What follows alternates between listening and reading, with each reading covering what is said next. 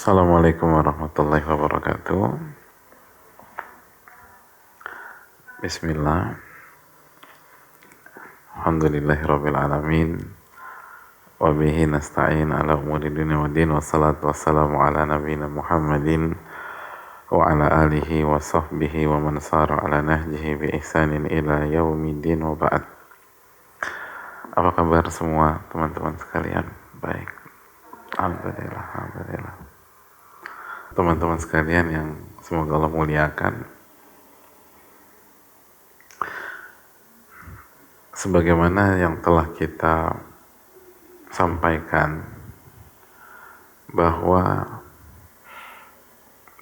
pada saat kita beramal, beribadah, beraktivitas, pada saat teman-teman berjuang di lembaga masing-masing, pada saat kita sedang membuat sebuah karya, maka yang harus ditancapkan di dalam diri adalah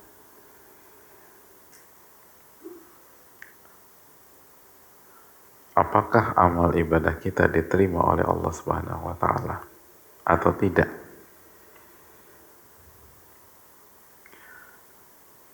Sebelum kita bicara kuantitas, kita bicara banyak-banyakan,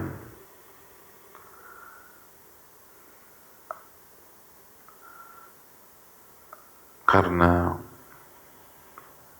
jika diterima, maka Allah akan atur semuanya buat kita.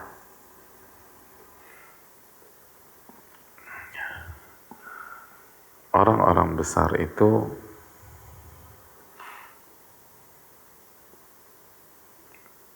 sangat memberikan perhatian terhadap diterima atau tidaknya amal mereka.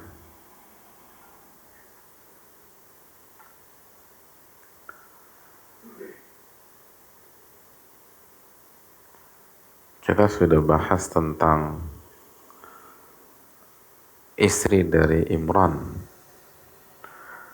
bagaimana permintaannya kepada Allah Subhanahu wa Ta'ala, fataqabbal minni, ya Allah terimalah nazarku. Dan apa yang terjadi?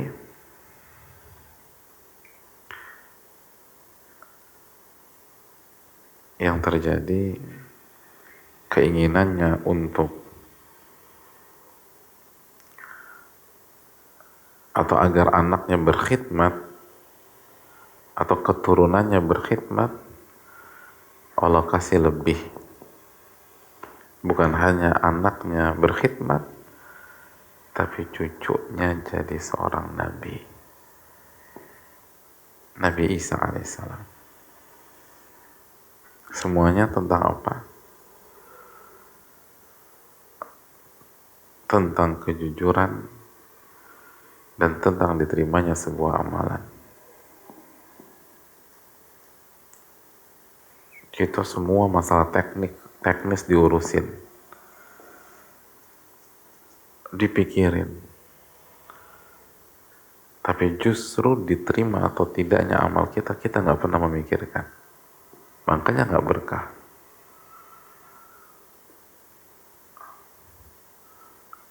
Makanya nggak berkah. Orang-orang besar langkahnya sedikit tapi pencapaiannya jauh ke depan. Itu harus yang dipikirkan oleh seorang muslim. Makanya Al-Imam Ibnu Malik mengatakan, tuqarribul aqsa bilafdhin mujazin, mendekatkan hal yang jauh dengan lafaz yang singkat.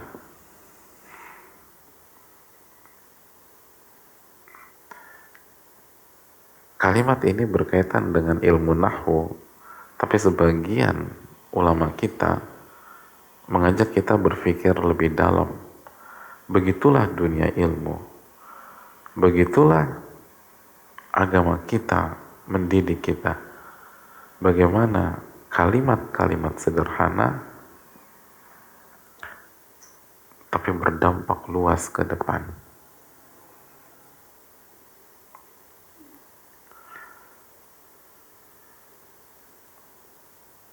Bukankah kata Al-Imam Ibn Rajab, kalau kita bandingkan antara keterangan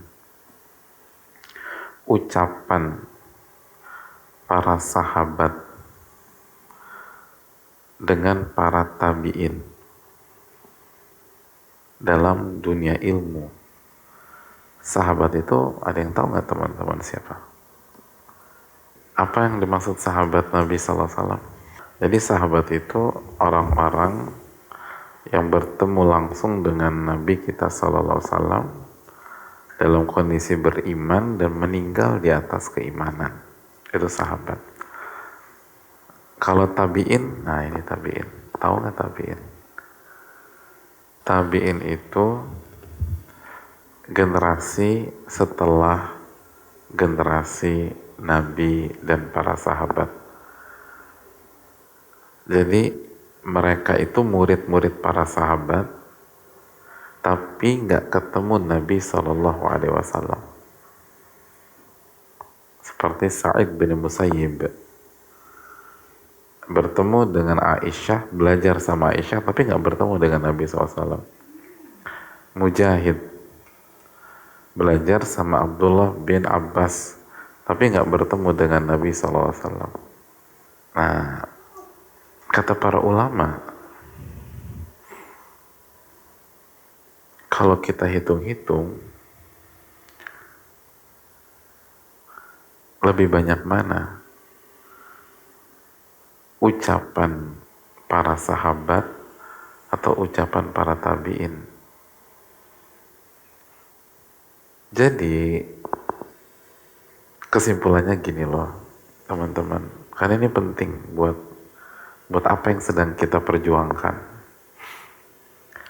Ulama menjelaskan, kalau kita lihat, maka kesimpulannya ucapan para tabi'in jauh lebih banyak daripada ucapan para sahabat.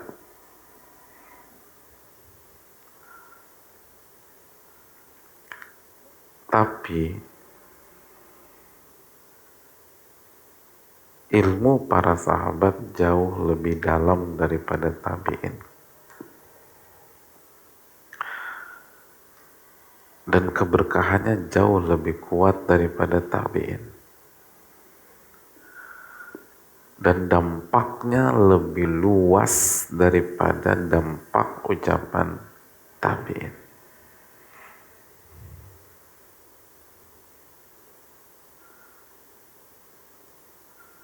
Bahkan pengaruhnya ke hati kita, ke jiwa kita jauh lebih terasa daripada ucapan tabi'in. Walaupun ucapan tabi'in juga sangat bagus, tapi tetap beda.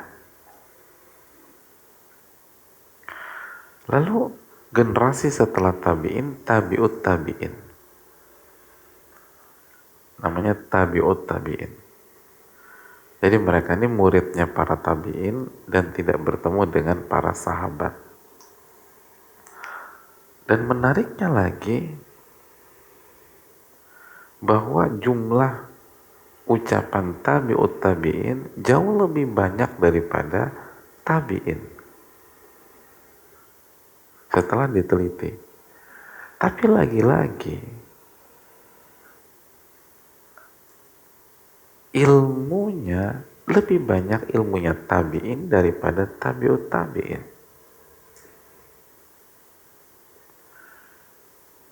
Dan keberkahan ucapan tabi'in jauh lebih besar daripada tabi'ut tabi'in. Dan dampak ilmunya tabi'in jauh lebih luas daripada dampak dari ilmunya tabi'ut tabi'in. Jadi fakta ini menunjukkan bahwa intinya bukan banyak-banyakan.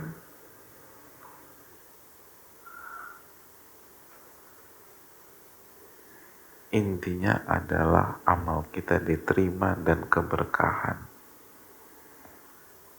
Itu intinya. Dan ini yang kita lupakan selama ini. Kita hanya berpikir secara materi atau material, berpikir secara kuantitas. Buktinya, siapa di antara kita setiap ibadah dan beramal doa sama Allah, ya Allah terimalah amal ibadah saya. Seringkali kita kalau habis beribadah menganggap itu sebagai angin lalu saja. Udah kita lupa. Siapa di antara teman-teman kalau pulang kajian doa sama Allah, ya Allah terimalah kajian saya. Siapa di antara kita doa begitu?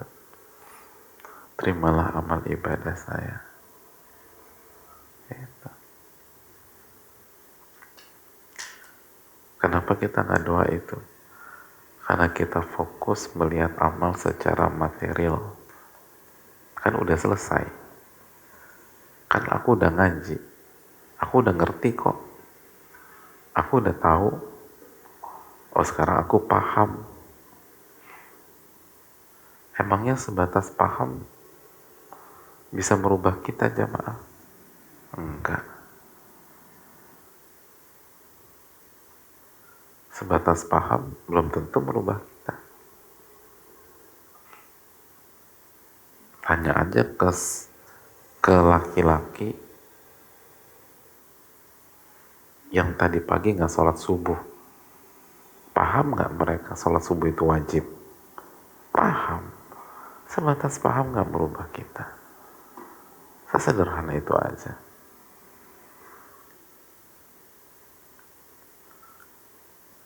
Yang akan merubah hidup kita jika amal ibadah kita diterima.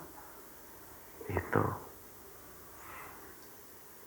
Makanya bapaknya para nabi dan rasul, Nabi Ibrahim alaihissalam, setelah selesai meninggikan dan membangun Ka'bah, beliau berdoa bersama putra beliau yang sangat luar biasa, Nabi Ismail alaihi wassalam. Apa doanya? Wa idh yarfa'u Ibrahimul qawa'ida minal baiti wa Ismailu rabbana taqabbal minna innaka antas sami'ul alim. Dalam surat Al-Baqarah ayat 127. Dan ingatlah ketika Nabi Ibrahim dan Nabi Ismail telah membangun atau meninggikan Ka'bah, lalu mereka berdoa, Rabbana taqabbal minna, ya Allah terimalah amal ibadah kami. Terimalah.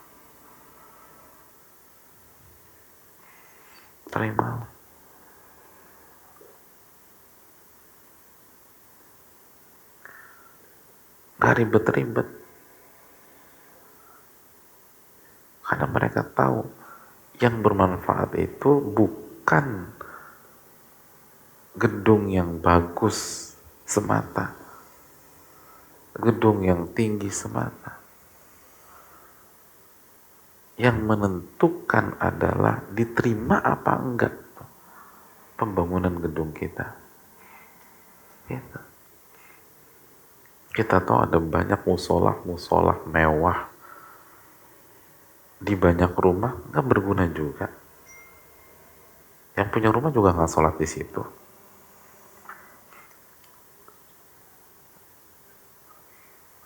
Tapi karpetnya, oh, karpetnya semeternya aja 50 juta. Semeter. Ada yang satu roll 150 juta. Wangi. Tapi nggak ada yang sholat di sana. Kalaupun ada yang sholat cepet-cepet sholatnya, itu indikasi nggak diterima sama Allah.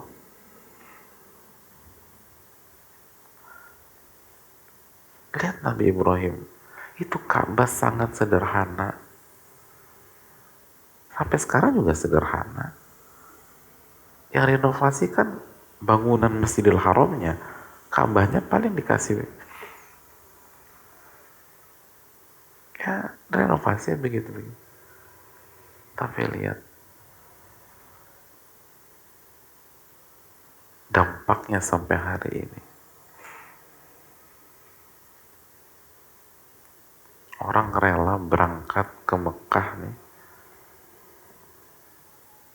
hanya untuk 3 jam di Masjidil Haram terus pulang lagi ke Indonesia.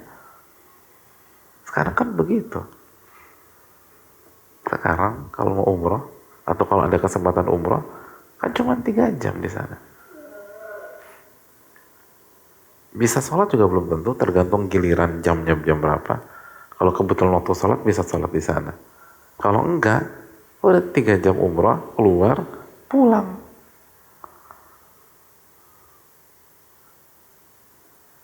Lihat, kita kan melihatnya cuma dari sisi situ aja. Kita nggak lihat dari mana ini dimulai.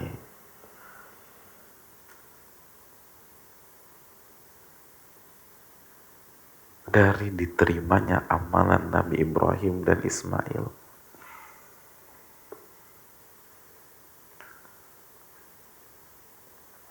Itu udah diterimanya amal.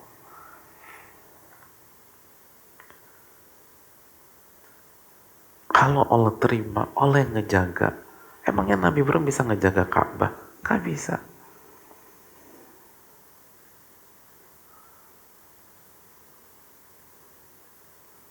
Sama kita nih. Kita di sekolah. Emangnya teman-teman bisa ngejagain tuh anak-anak murid 7x24 jam? Siapa yang bisa? Gak bisa.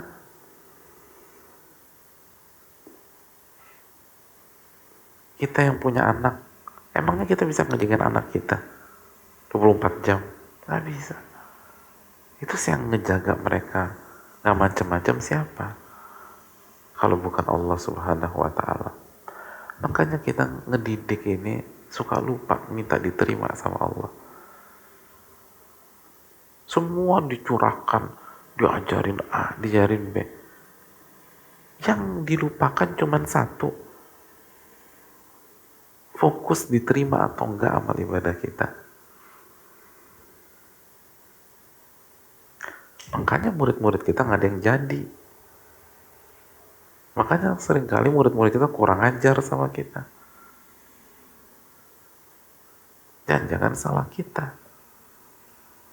Kita lupa meminta kepada Allah agar amal ibadah kita diterima.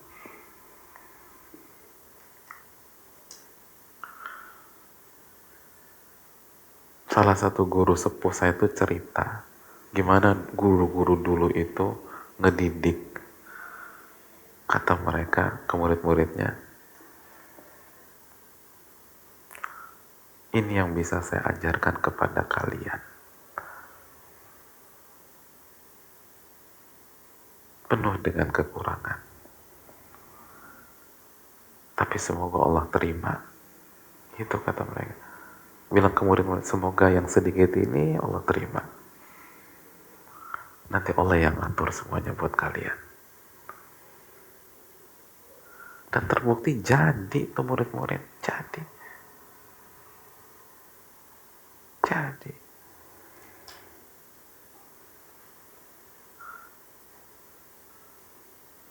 Makanya Nabi Ibrahim tuh doanya Rabbana taqabbal minna, ya Allah terimalah amal ibadah kami. Gak ribet-ribet, minta diterima, nanti Allah yang atur semuanya. Kita ini terlalu gak ngandelin diri kita nih teman-teman. Kalau nggak diri kita, diri teman kita.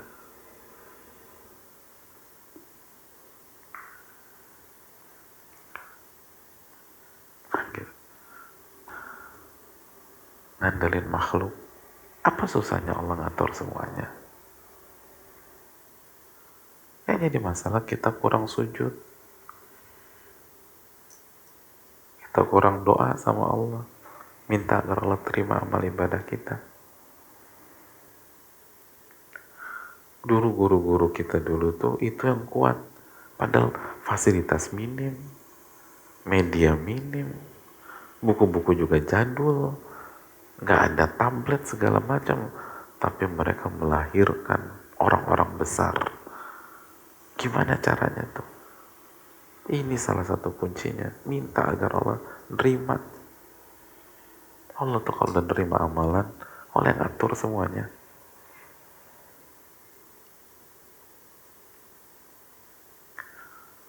Allah yang atur, Allah yang berkahi. Makanya tugas kita gimana caranya agar amal ini diterima.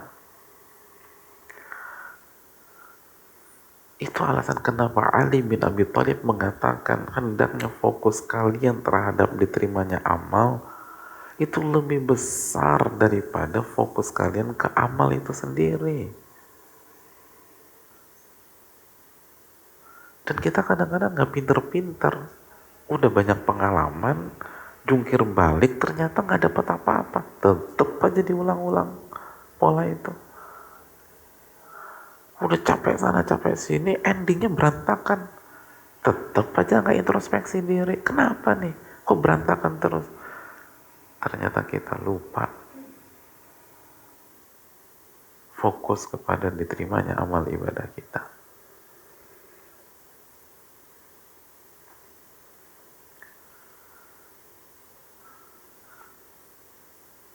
Nabi Shallallahu Alaihi Wasallam pernah bersabda dalam hadis yang diriwayatkan Abu Hurairah. Beliau bersabda begini jamaah dalam bab salat, innar rajula la yusolli sittina sana fala tuqbalu lahu shalah. Ada orang sholat terus selama 60 tahun tapi tidak ada satupun sholatnya yang diterima oleh Allah. 60 tahun sholat, satu pun gak diterima sama Allah. Itu kan seringkali kita banget nih. Kita cuma fokus sholat, zuhur sholat, nanti asar sholat lagi, nanti maghrib sholat, isya sholat, nanti tahajud sholat. Berapa kali pada saat kita sholat maghrib, sholat isya, sholat subuh, pas sujud tuh kita minta sama Allah, ya Allah terimalah amal ibadah saya. Gak ada. Semuanya formalitas. Subhana rabbil a'la wa bihamdi, subhana rabbil a'la wa bihamdi, subhana rabbil a'la wa bihamdi. Udah begitu. Pantesan aja gak berkah sholat-sholat kita. Gak ngerubah.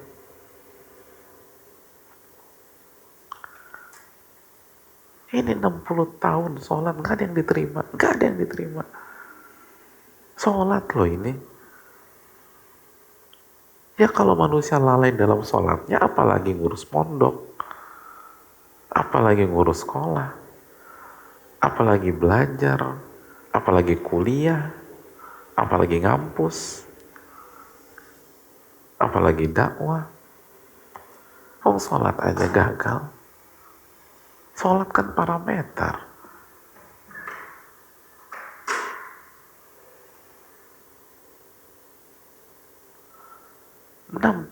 Tahun sholat gak diterima, satu pun gak diterima. Bayangin gak sih sholat subuh 60 tahun gak ada yang diterima sama Allah. Sholat zuhur 60 tahun gak diterima sama Allah. Dan coba tanya diri kita, emangnya kita udah sholat subuh 60 tahun? Tanya umur kita berapa? Kita yang umurnya 40 tahun misalnya. Kita yang umurnya 43 tahun. Kita yang umurnya 35. Emangnya kita sholat 40 tahun? Enggak. Paling kita baru sholat 10 tahun yang lalu. Sebagian kita baru sholat 15 tahun yang lalu. Ini 60 tahun sholat nggak diterima sama Allah. Kita santai-santai.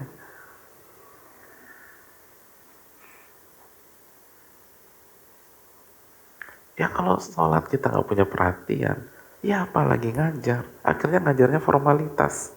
Yang penting jam pelajaran ngajar, selesai. Semua formalitas. Ngafalin Quran formalitas. Nggak ada emosi gitu loh, nggak ada soul. Tolong terima sholat saya. Lihat Nabi Ibrahim, Rabbana taqabbal minna, ya Allah terimalah amal ibadah saya.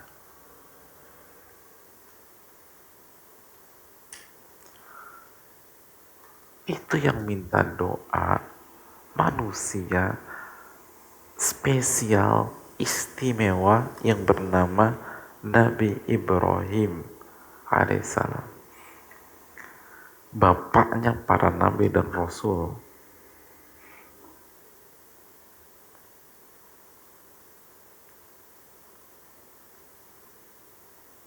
Semua nabi dan rasul itu keturunan beliau.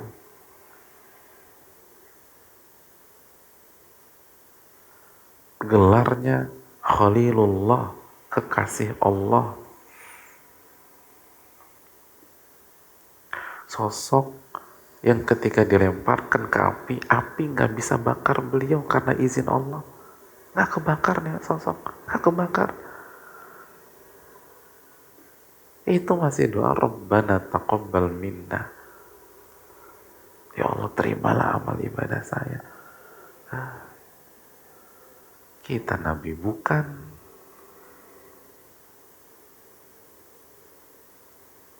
ibadah juga pas-pasan, nggak ada tuh Rabbana taqabbal minna. Ya itulah sebab kegagalan kita selama ini. Pola pikirnya material terus. Yang penting udah ngerjain, yang penting udah sholat, yang penting ngajar, yang penting jadi istri. Ini ada ibu-ibu di sini. Siapa di antara ibu-ibu nih malam udah selesai semua doa sama ya Allah terimalah amal ibadah saya sebagai istri. Semoga saya buatin kopi tadi pagi buat suami diterima sama Allah. Siapa di antara kita gitu lah?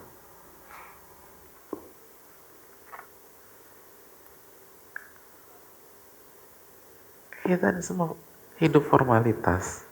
Makanya hidupnya nggak berkah. Fokusnya hanya aktivitas. Kalau mau ngincar nilai duniawi yang kita incar.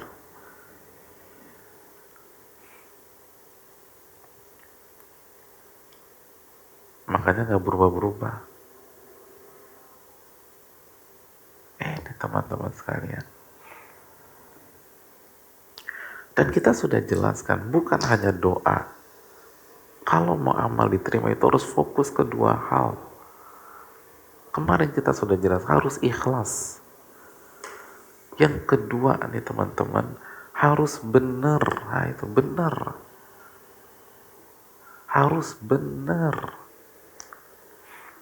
Makanya Nabi SAW menjelaskan kenapa tuh orang 60 tahun sholatnya nggak diterima.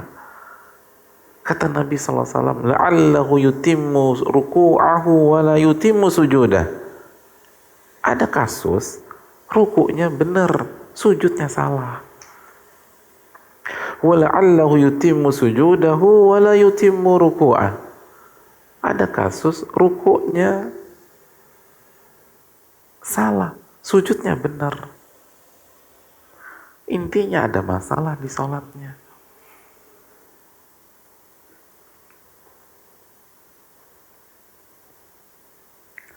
Nah ini kan PR kita jamaah. Kita ini sering kali, yang penting ngerjain. Bener nggak bener urusan belakangan.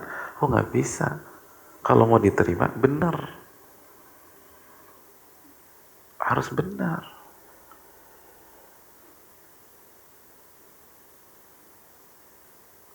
Harus mengikuti Allah dan Rasulnya.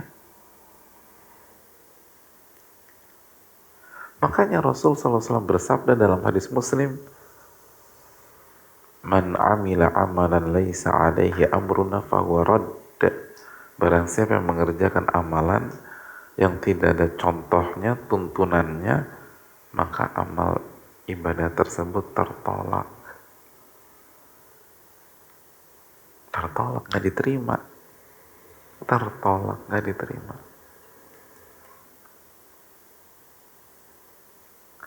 Harus benar.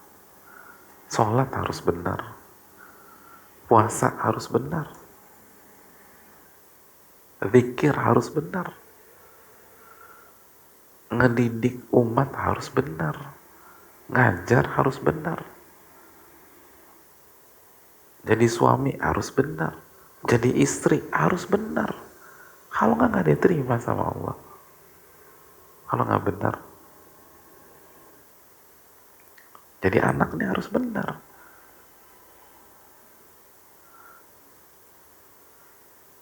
Nah kalau udah benar, harus ikhlas. Nah itu, benar sama ikhlas. Udah pegang dua ini nih. Terus banyak-banyak doa sama Allah. Ya Allah terima. Kalau udah benar, udah jangan cari dunia jamaah. Cari wajah Allah Subhanahu wa Ta'ala. Itu biar Allah terima. Kadang-kadang kita udah bagus nih, orientasinya fulus. Orientasinya materi. Jangan. Cari ridho Allah.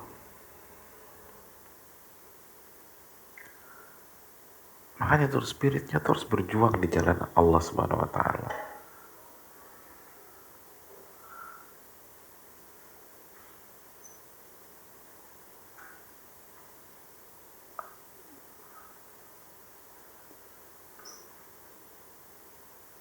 Beberapa hari yang lalu saya ketemu dengan seseorang, saya ngobrol dengan seseorang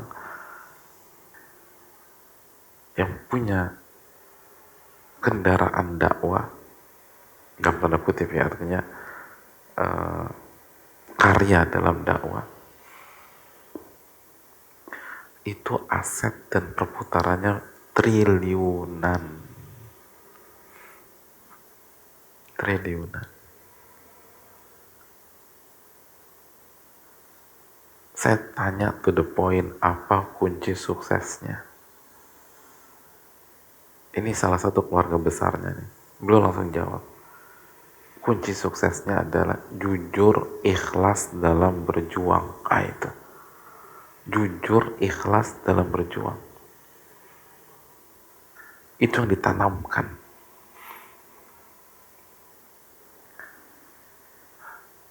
Triliunan. Temen saya pernah ngejalanin salah satu unit usahanya di tahun 90-an. Itu pun udah miliaran. Tahun 90-an. Sekarang 2020. Miliaran. Sekarang itu baru satu unit. Itu mereka punya banyak sekali unit. Triliunan.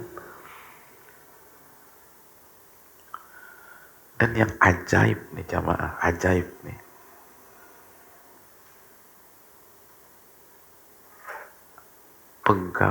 Pegawai mereka tidak digaji semuanya. Nggak digaji. Gimana ceritanya punya bisnis, pegawainya nggak digaji? Triliunan. Orang mah di mana-mana semakin omset besar, gajinya semakin besar. Oh sejahtera. Ini nggak digaji. Kalau nggak 100% nggak digaji, 90% pegawai yang ngejalanin nggak digaji. Nggak digaji jamaah. Di mana coba? Di mana kayak gitu nggak digaji? Triliunan.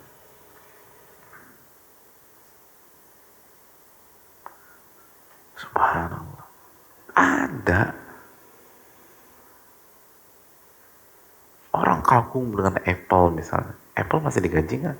Gaji. Microsoft digaji. Ini nggak digaji. Nggak digaji.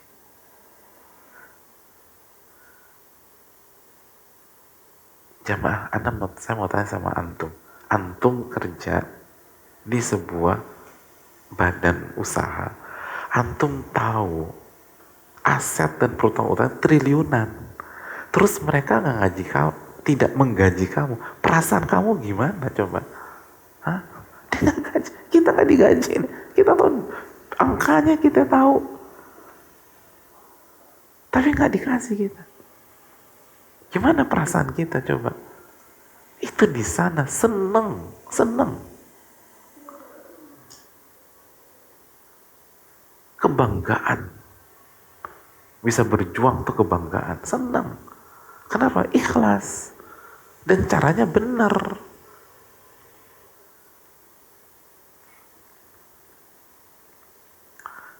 Nggak masuk akal ya. Oh, nggak digaji orang. Jalan, bukan kecil.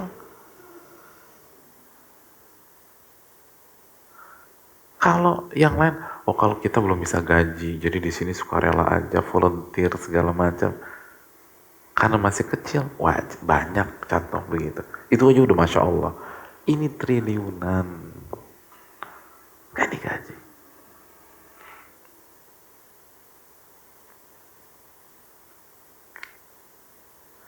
Karena mereka nggak cari dunia.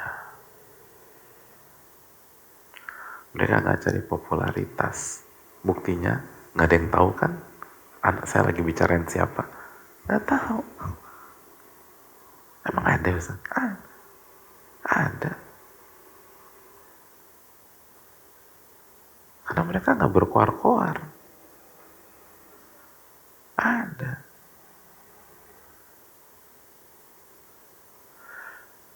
Itu bosnya pernah bicara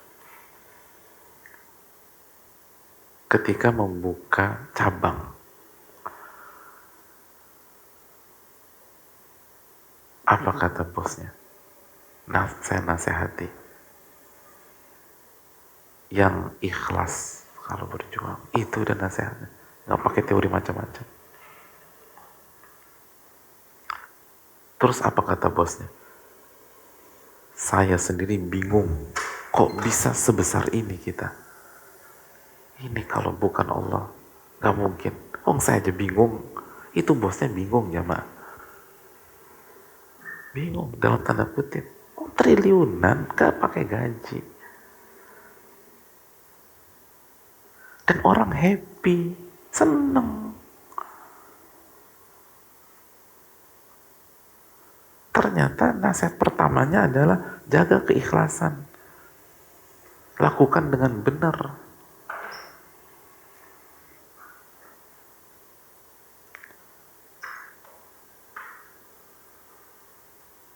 Jadi itu. Jadi. Kita belum apa-apa udah ribut. Aneh dapat apa? Saya dapat apa? Ya gimana mau berkah? Belum apa-apa udah hasad satu dengan yang lain. Ngiri. Gimana mau berkah? Nggak boleh kita begitu.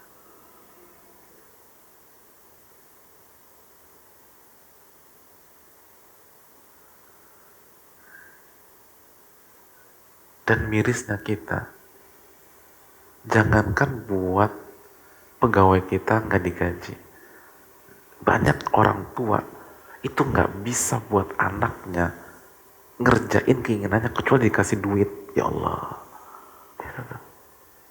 itu kan ada yang salah. Jangankan anak orang lain, jangankan pegawai, anaknya sendiri nggak mau ngerjain yang dia mau kecuali dapat fulus.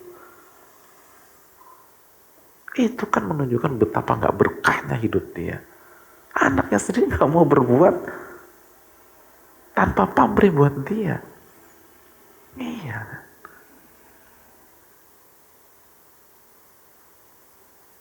Kita nggak usah bicara anak orang lah, pegawai, anaknya dia sendiri.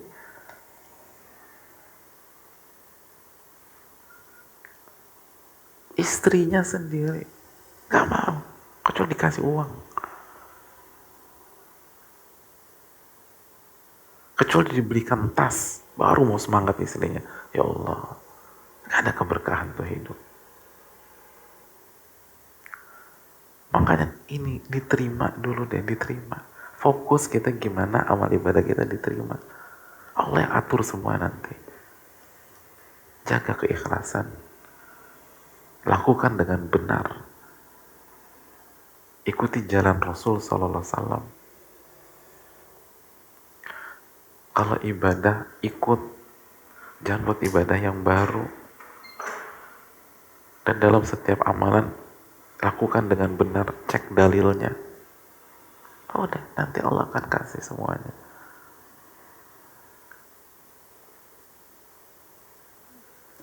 Saya rasa cukup sampai di sini. Terima kasih banyak. Kita tutup dengan doa.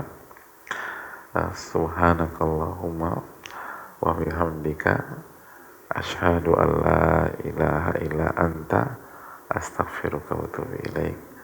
Assalamualaikum warahmatullahi wabarakatuh.